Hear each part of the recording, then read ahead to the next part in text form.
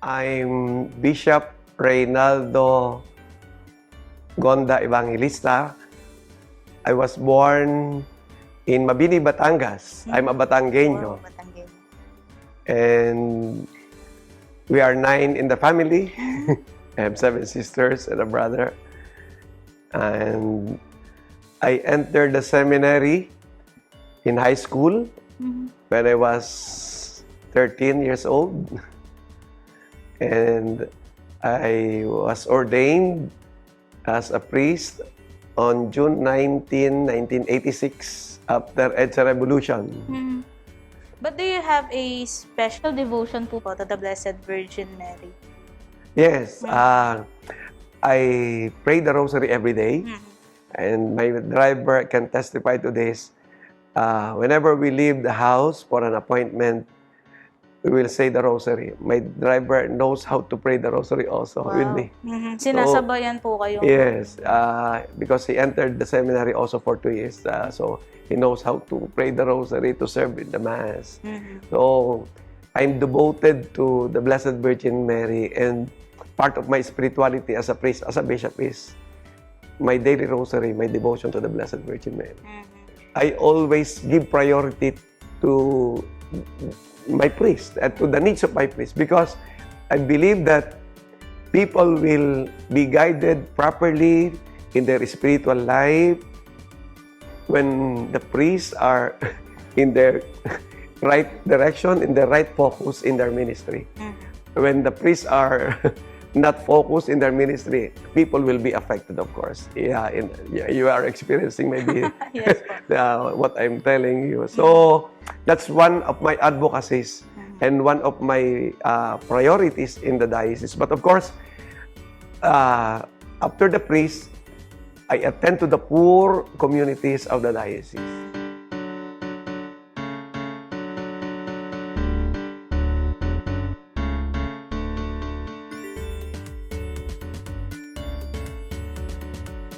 Hey guys! Welcome to Mama's Boys. In this program, we will meet priests from around the globe. We will discuss interesting features of their lives, from their humble beginnings, their calling, the churches, and more.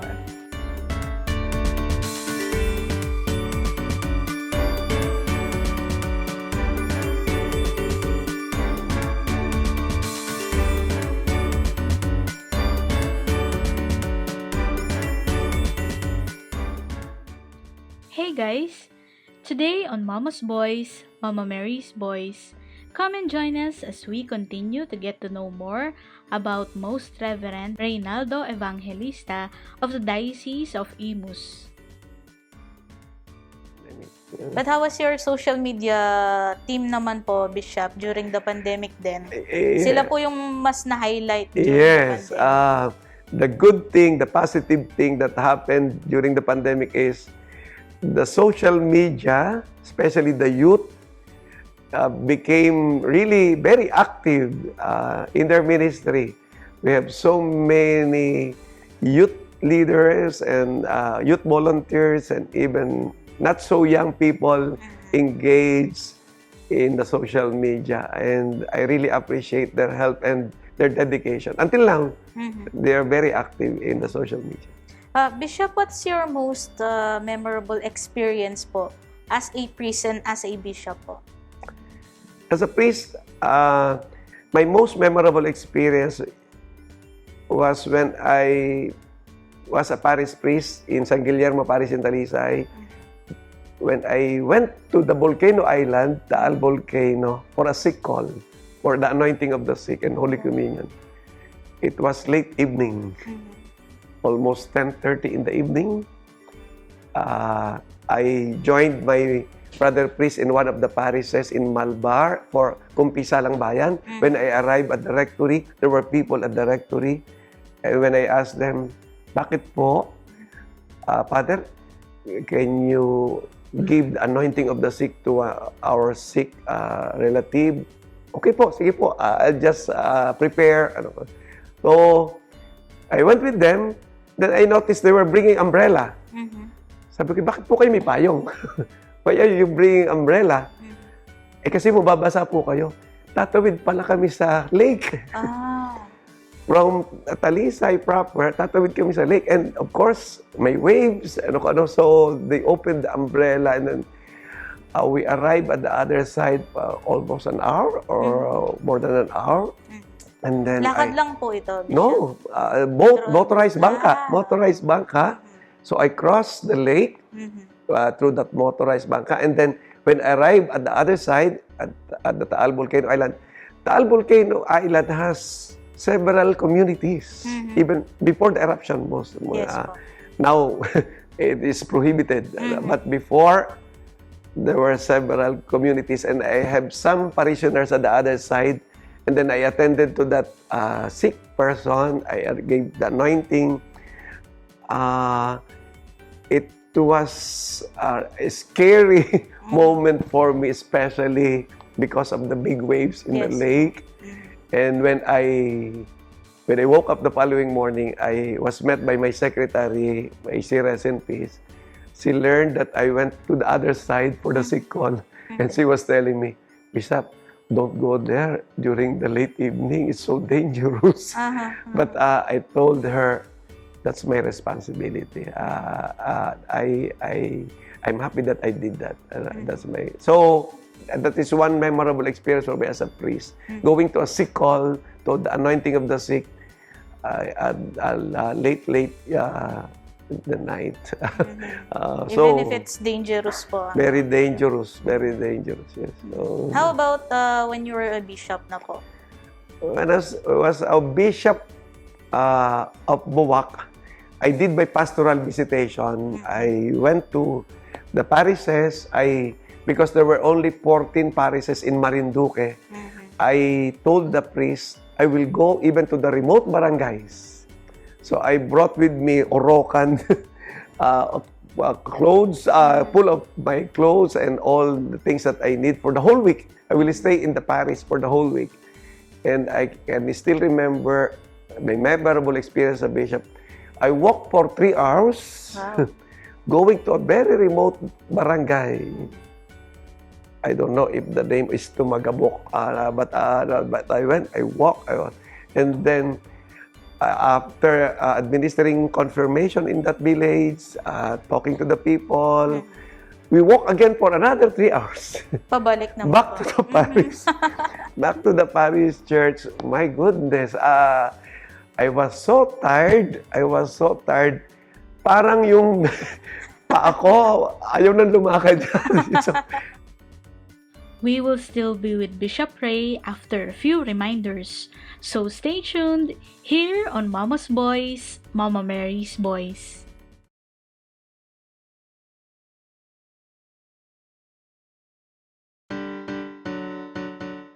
You are still watching Mama's Voice, Mama Mary's Voice. Click that like, share, and subscribe button for more Mama's Voice videos. Gusto mo bang manalo ng papremyo habang nanonood? Kung ganon, sumali sa ating poll question of the week. Malay mo, isa ka sa 5 pwedeng manalo ng load weekly. Simple lang ang pagsali. Pumunta lang sa aming Facebook page. Paki-like na rin ito please. At i-PM sa amin ang iyong sagot with a picture na nanonood ka ng episode ng Mama's Voice. Narito na ang ating tanong. Kailan na-ordain bilang pari si Bishop Reynaldo Evangelista? PM us your answers. Good luck, guys! Back on our interview with Bishop Rey. And I can still remember my memorable experience as a bishop. I walked for 3 hours, going to a very remote barangay. I don't know if the name is Tumagabok, but I went, I walked, and then after administering confirmation in that village, talking to the people, we walked again for another 3 hours. Pabalik na Back to the parish. Back to the parish church. My goodness, I was so tired. Parang yung pa ako, ayaw nang lumakad. So, I don't know, when I arrived at the rectory, talaga tinaas ko yung paa ko in the wall. Talagang. But I was so happy that I was able to meet the people, celebrate Mass with them, and administer the sacrament of confirmation. One of my memorable experiences as a bishop in that pastoral visit. Paano po yung pagtanggap nila sa inyo doon, Bishop? They were so happy to welcome me then in their place. Nakakasarap din ang pakiramdam na they are so appreciative of the presence of the bishop in their community. Whenever I will leave a barangay, the barangay captain will say words of thanks, and many barangay captains cried. Bishop, thank you so much. Hindi po namin akalain makakarating kayo dito sa amin. Ang layo-layo po nito. Salamat po ng marami. Very touching moments yung mga nare-recall ko during those early years of my ministry as a bishop. And all the things you do po, Bishop, do you still have free time pa po ba? May mga hobbies po kayo, interests? Yes, I still play basketball. Oh, wow. Even up till now po, Yes, Bishop. I'm 62, but I still do shooting at the seminary gym every now and then. I was in the varsity team when I was a seminarian. Oh, wow. So, yes, I have my brother priests who were playing with me. When I arrived here in 2013, we used to play, a group of priests from the diocese used to play with me, and every now and then I used to do a lighter shooting game because I'm already 62, but I still engage in sports. Yes. During the pandemic po, Bishop, ano po yung mga naging activities po ninyo? During the first weeks of the lockdown, many times and many hours, I'm just here in this chapel. Para ako nasa retreat because we are not allowed to go out. So that is my room, just the other side. So I spend my days, my hours here praying. Yes, and of course, I go down for some documents, papers for the diocese. I issued circular letters to my priests, instructions to them about the pandemic and some guidelines about liturgical celebrations. And of course, I call and text my priests. And we meet via Zoom. We meet via Zoom. So that's my experience during the early months of the pandemic. And I think more than a year, the Presbyteral Council, and more than, 1 year and a half, we met via Zoom. So, you were assigned here po nung 2013 po, tama po, Bishop? Yeah. Ano po yung experience po ninyo noong napunta po kayo dito sa Imus, Cavite, Bishop? You replaced Cardinal Chito Tagle, yes. Because I was assigned first in Marinduque, which has only 380,000 people. The whole island province has less than 500,000. And only 14 parishes. When I first arrived here, I was more or less stretched to a bigger responsibility, like a rubber band, because Cavite has 3.1 million people. If Marinduque has 14 parishes, Cavite has 65 parishes. Parang nabaligtaran naman po. 65 parishes. If the Diocese of Imus is a very slow-paced diocese, shall I say, I'm not so busy during the day. Relax. Yes, I have time for readings, study. When I was in the Diocese of Imus, I even engaged in badminton. And of course, I go to different parishes and barangays. But here, this diocese has a lot, has more demands than my previous diocese. And so, I really have to attend to all the requests. Aside from the requests of the parishes, this diocese has more than 100 congregations, religious congregations. Wow. Tagaytay alone has more than 60 congregations.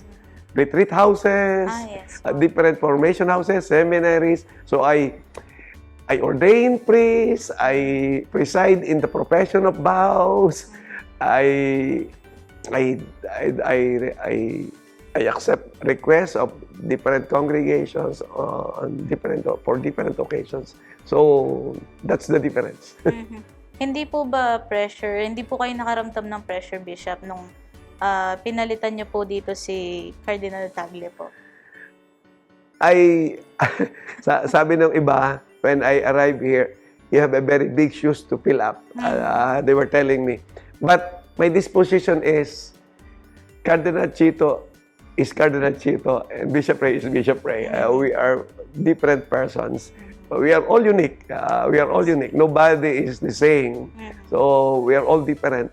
So I will give to God and to the people whatever I have, whatever I can share to my people.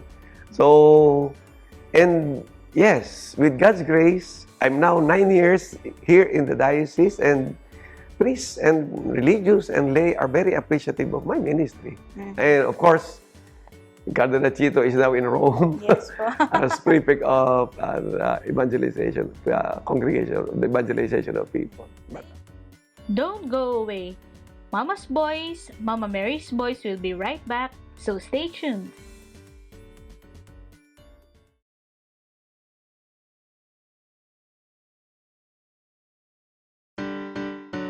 Hi! You are still watching Mama's Boys, Mama Mary's Boys. Please like and share our social media accounts for more updates about Limang Siglo. Back on our interview with Bishop Rey. Hindi po ba pressure, hindi po kayo nakaramdam ng pressure, Bishop, nung pinalitan niyo po dito si Cardinal Tagle po? Sabi ng iba, when I arrive here, you have a very big shoes to fill up. They were telling me. But my disposition is, Cardinal Chito is Cardinal Chito, and Bishop Rey is Bishop Rey. We are different persons. We are all unique. We are all unique. Nobody is the same. So we are all different. So I will give to God and to the people whatever I have, whatever I can share to my people. So, and yes, with God's grace, I'm now 9 years here in the diocese, and priests and religious and lay are very appreciative of my ministry. And of course, Cardinal Chito is now in Rome. Yes po. As prefect of evangelization, congregation, the evangelization of people. But, naikot niyo na po ang buong diocese. yes, of course. Wow. Yes, of course. I've been to all the parishes and even small areas in small communities in Cavite, because I'm already 9 years here in the diocese. Yeah. What's your message to them po, Bishop, your parishioners here in Imus, Cavite? Okay.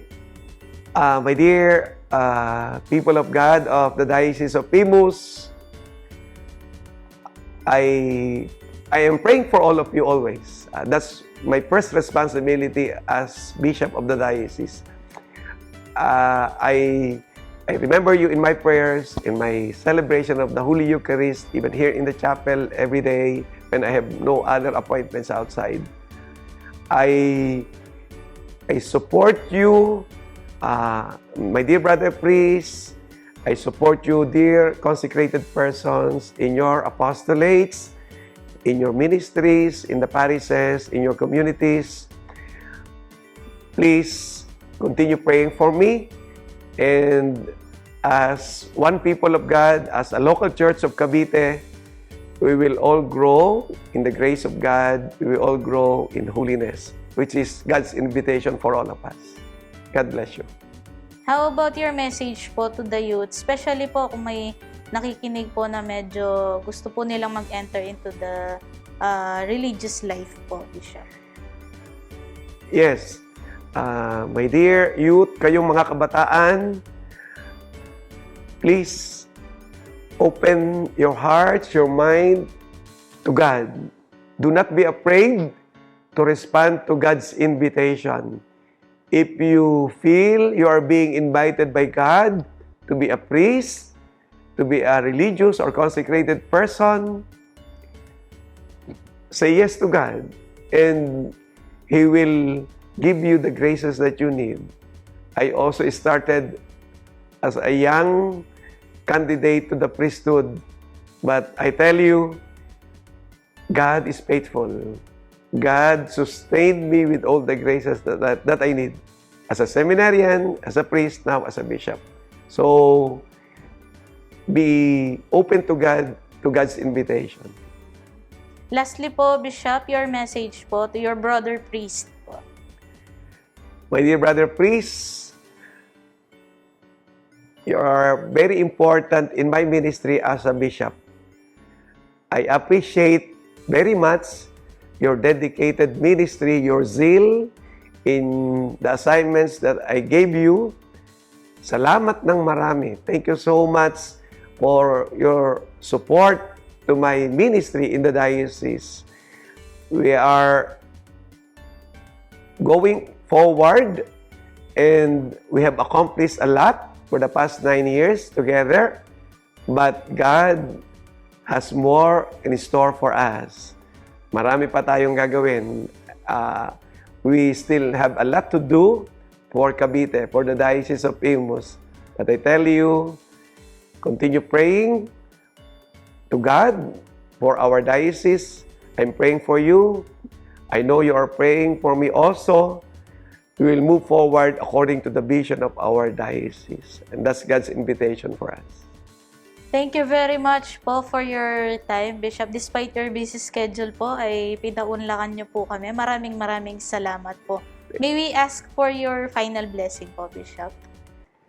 The Lord be with you. And with your spirit. And may Almighty God bless you, the Father, and the Son, and the Holy Spirit. Amen.